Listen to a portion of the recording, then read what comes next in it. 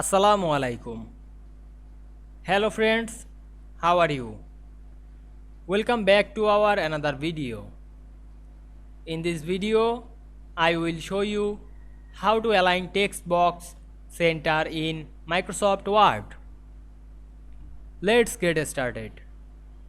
At first we have to open a Word document. Then we want to align text box center in this document. Firstly, we insert a text box. Go to the insert menu, then click text box option, and we can see here many text box, and we insert a text box. Now I insert the retrospect white.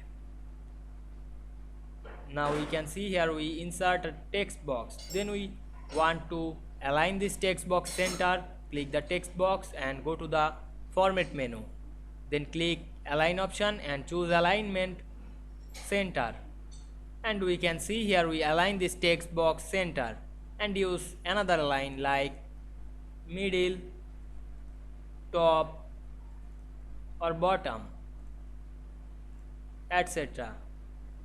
And you can change the text box fill color or outline color, or apply another effect or style. Click the style drop down menu and apply another style.